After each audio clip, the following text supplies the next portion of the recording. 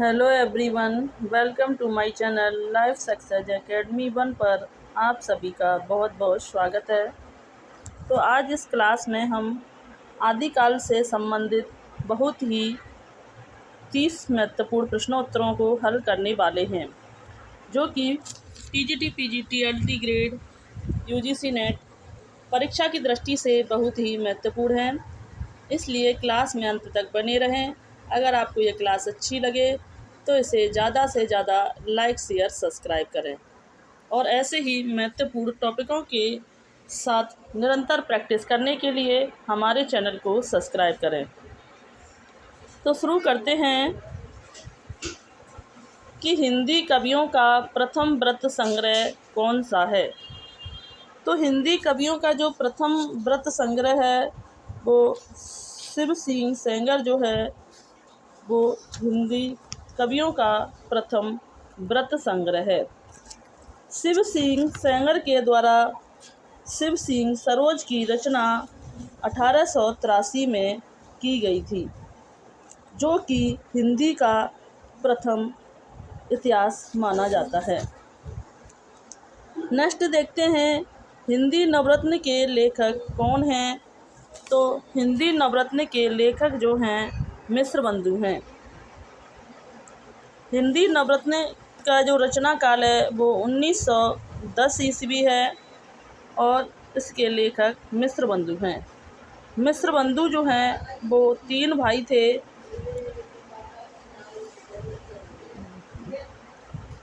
गणेश, श्याम, सुखदेव मिश्र, यह 3 भाई थे। नेक्स्ट देखते हैं कि इतिहास काल विभाजन का सर्वप्रथम प्रयास किसने किया था।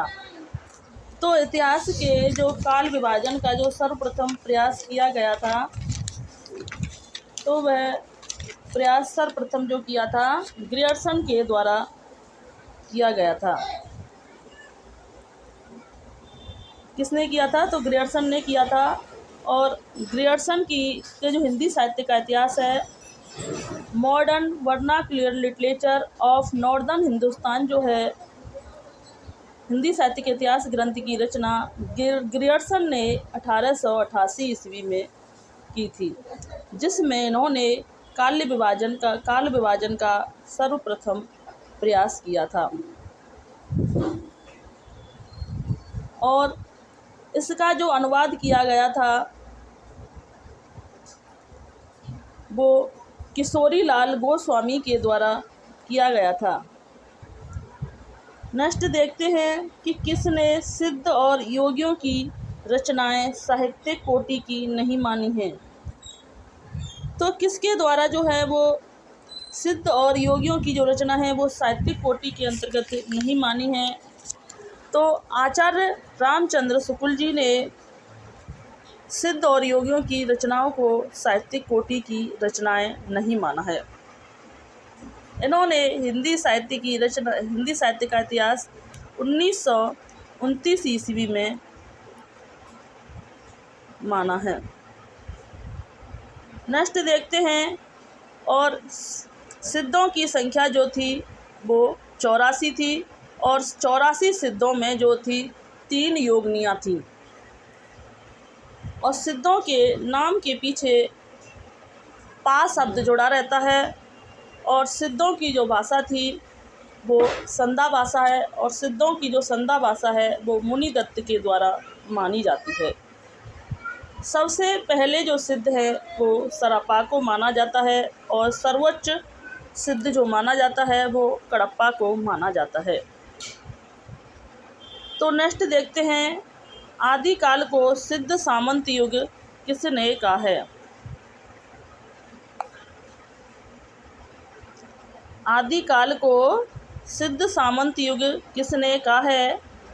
तो आदिकाल को जो सिद्ध सामंत युग या सिद्ध सामंत काल जो कहा है वो राहुल साकृत्यायन के द्वारा कहा गया है, जबकि आदिकाल जो कहा है वो हजारी प्रसाद द्विवेदी जी ने कहा है।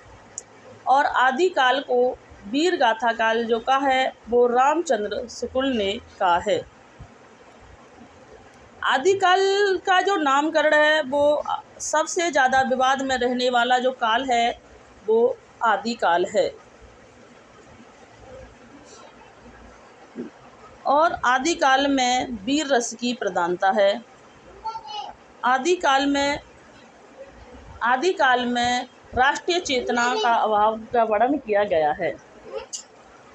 नेक्स्ट देखते हैं, आदिकाल विशद विश्लेषण करने का श्रेय किसे है। तो आदिकाल का जो विशद विश्लेषण करने का जो श्रेय प्राप्त है वह हजारी प्रसाद द्विवेदी को आदिकाल का विशद विश्लेषण करने का श्रेय प्राप्त है। और आदिकाल जो है वो हजारी प्रसाद द्विवेदी ने कहा था, जो कि आदिकाल का सर्वाधिक उपयुक्त नाम सिद्ध होता है। हजारी प्रसाद द्विवेदी का जन्म जो है 1907 ईस्वी में हुआ था। हजारी प्रसाद द्विवेदी की रचना है कल्पलता, अशोक के फूल, पुनर्वा, अनामदास का पोथा आदि जो हैं इनकी प्रमुख रचना हैं।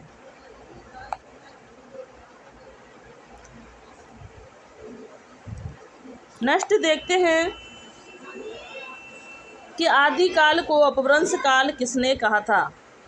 तो आदिकाल को जो है अपभ्रंश काल कहने वाले हैं चंद्रधर शर्मा गुलेरी जो हैं वो आदिकाल को अपभ्रंश काल कहने वाले हैं। नेक्स्ट देखते हैं, आदिकाल साहित्य का प्रमुख रस कौन सा है। तो आदिकाल साहित्य का जो प्रमुख रस है वो वीर रस है, क्योंकि आदिकाल में वीरताओं का वर्णन ज़्यादा देखने को मिलता है, क्योंकि उसमें सजीव युद्धों का चित्रण किया गया है। इसलिए आदिकाल का प्रमुख रस जो है वीर रस है, जिसमें श्रृंगार रस का अभाव पाया जाता है। नेक्स्ट देखते हैं, रामचंद्र शुक्ल ने आदिकाल के तृतीय प्रकरण में किसका विवेचन किया है। रामचंद्र शुक्ल ने आदिकाल के तृतीय प्रकरण में किसका विवेचन किया है। तो रामचंद्र शुक्ल ने आदिकाल के तृतीय प्रकरण में वीर गाथा काव्य का वर्णन किया है। किसका? वीर गाथा काव्य का वर्णन रामचंद्र शुक्ल जी के द्वारा तृतीय प्रकरण में किया गया है। इनके 4 प्रकरण हैं।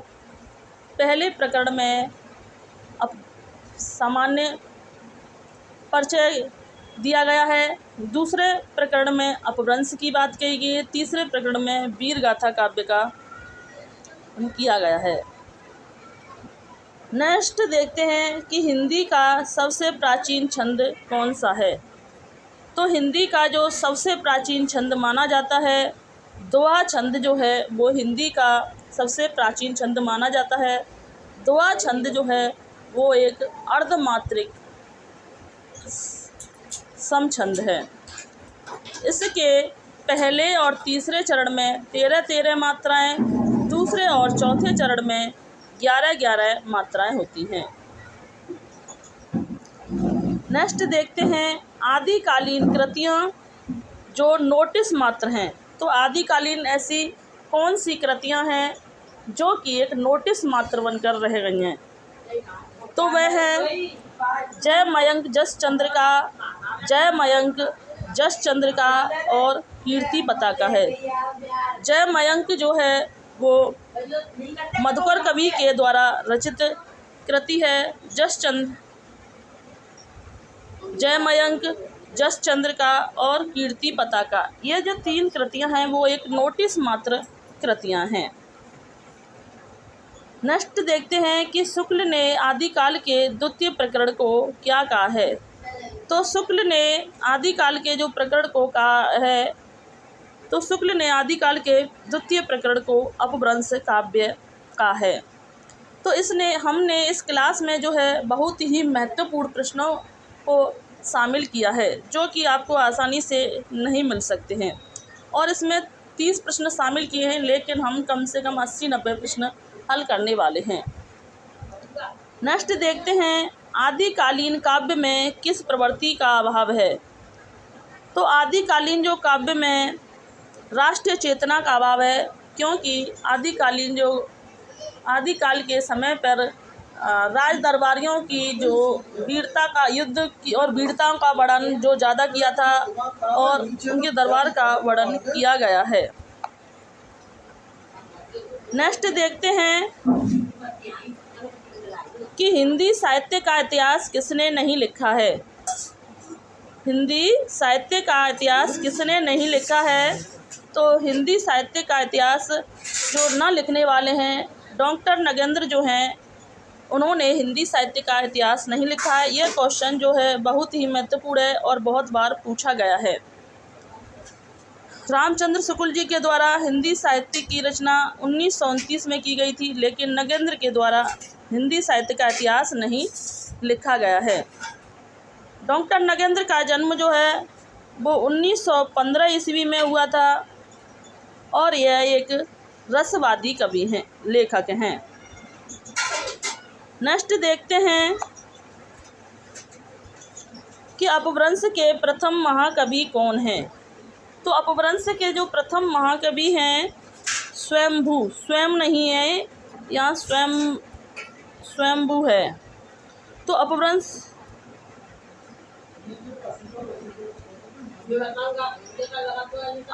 के जो प्रथम महाकवि हैं स्वयंभू जो हैं वो अपभ्रंश के प्रथम महाकवि हैं। राम कुमार वर्मा के द्वारा स्वयंभू को प्रथम कवि माना गया है। नेक्स्ट देखते हैं आदिकालीन काव्य धारा में उपलब्ध नहीं है। तो आदिकालीन काव्य धारा में जो सिक्ख साहित्य जो है ये उपलब्ध नहीं है। जैन साहित्य है, बौद्ध साहित्य है, चरित साहित्य है, लेकिन सिक्ख साहित्य जो है आदिकालीन काव्य धारा में उपलब्ध नहीं मिलता है। नेक्स्ट क्वेश्चन देखते हैं 84 सिद्धों में प्रथम सिद्ध कौन सा है। तो जो 84 सिद्ध हैं उन 84 सिद्धों में प्रथम सिद्ध जो हैं वो सरापा को माना जाता है और इनमें सर्वोच्च सिद्ध जो माना जाता है वो कडप्पा को माना जाता है। और सिद्धों की जो भाषा है वो संदा भाषा है जो कि मुनि दत्त के द्वारा दी गई है। 84 सिद्धों में जो है वो 3 योगिनियों का भी वर्णन किया गया है और सिद्धों के नाम के पीछे 5 शब्द जुड़ा रहता है। नेक्स्ट देखते हैं कि हिंदी की प्रथम रचना कौन सी है। तो हिंदी की जो प्रथम रचना है श्रावकाचार। कौन सी? हिंदी की प्रथम रचना जो है वो श्रावकाचार है जो कि देवसेन के द्वारा रचित है। नेक्स्ट देखते हैं पुष्य या पुंड को हिंदी का प्रथम कवि किसने माना है। तो पुष्य या पुंड को हिंदी का जो प्रथम कवि माना है शिव सिंह सेंगर ने पुष्य या पुंड को हिंदी का प्रथम कवि माना है। नेक्स्ट देखते हैं कि अवधूत मत किसे कहते हैं। तो अवधूत मत जो कहते हैं नाथ संप्रदाय को अवधूत मत कहते हैं। नाथ संप्रदाय में जो नाथों की संख्या है वो 9 है और 84 सिद्ध और 9 नाथों में से 3 जो कवि हैं यह दोनों में ही शामिल हैं। नेक्स्ट देखते हैं गोरखनाथ के गुरु थे। तो गोरखनाथ के जो गुरु थे वो कौन थे। तो गोरखनाथ के जो गुरु हैं मच्छेंद्र नाथ जो हैं वो गोरखनाथ के गुरु थे। नेक्स्ट देखते हैं कि 84 सिद्धों में सर्वोच्च स्थान किसे प्राप्त है। तो 84 सिद्धों में जो है वो लुइपा को सर्वोच्च स्थान प्राप्त है और इन 84 सिद्धों में जो है 3 योगिनियों का वर्णन भी किया गया है। नेक्स्ट देखते हैं कि अभिमान मेरु किसे कहा गया है। तो अभिमान मेरु जो कहा गया है पुष्पदंत को अभिमान मेरु कहा गया है। पुष्पदंत जो हैं वो 10वीं सदी के कवि हैं। नेक्स्ट देखते हैं कि प्रथम जैन कवि कौन हैं। तो प्रथम जैन कवि जो हैं देवसेन जो हैं प्रथम जैन कवि हैं जिनके द्वारा श्रावकाचार की रचना की गई है। नेक्स्ट देखते हैं कि प्रबंध चिंतामणि के रचयिता कौन हैं। तो प्रबंध चिंतामणि के जो रचयिता हैं वो मेरुतुंग जो हैं वो प्रबंध चिंतामणि के रचयिता हैं। यह जो रचना है परीक्षा की दृष्टि से बहुत ही महत्वपूर्ण है। और नंबर 26 देखते हैं कि कुमारपाल प्रतिबोध के रचयिता कौन हैं। तो कुमारपाल प्रतिबोध के जो रचयिता हैं सोमप्रभु सूरी जो हैं वो कुमारपाल प्रतिबोध के रचयिता हैं। नेक्स्ट देखते हैं कि रेवंतगिरी रास के रचयिता कौन हैं। तो रेवंतगिरी रास के जो रचयिता हैं विजय सेन सूरी जो हैं वो रेवंतगिरी रास के रचयिता हैं। नेक्स्ट देखते हैं कि शब्दानुशासन के रचनाकार कौन हैं। तो शब्दानुशासन के जो रचनाकार हैं हेमचंद जो हैं वो शब्दानुशासन के रचनाकार हैं। हेमचंद जो हैं वो 11वीं सदी के कवि हैं। नेक्स्ट देखते हैं कि नायिकाओं का नक्शिक वर्णन मिलता है। तो नायिकाओं का नक्शिक वर्णन कहाँ मिलता है। तो रोड़ाकृत राउलवेल में जो है वो नायिकाओं का नक्शिक वर्णन मिलता है, क्योंकि राउलवेल जो है एक श्लाघित कृति है जो कि एक चंपू काव्य है। और चंपू काव्य वह काव्य होता है जिसमें गद्य पद्य मिश्रित रचना को चंपू काव्य कहते हैं। रोड़ा। नेक्स्ट देखते हैं कि डिंगल का सबसे पहले प्रयोग मिलता है। तो डिंगल का जो सबसे पहले जो प्रयोग मिलता है वो राजा बांकीदास कृत कुकवि 32 में।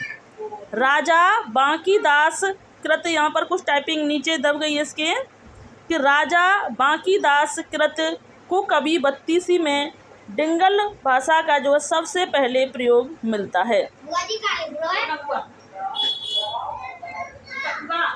आदिकाल की चंपू काव्य कृति है। तो आदिकाल की जो चंपू काव्य कृति है तो राउलवेल जो है आदिकाल की चंपू काव्य कृति है जो कि रोड़ा कवि के द्वारा रचित है।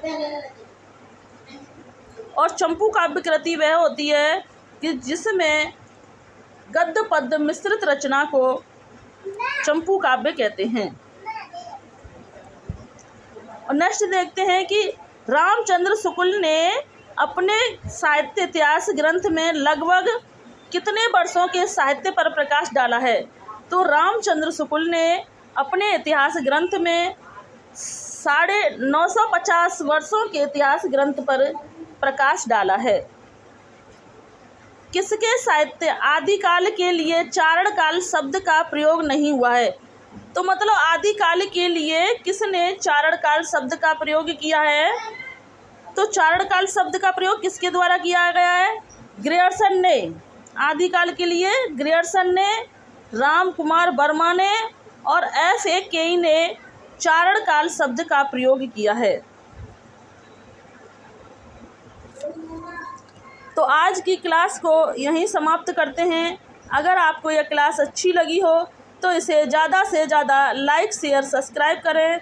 Thanks for watching this video. जय हिंद, जय भारत।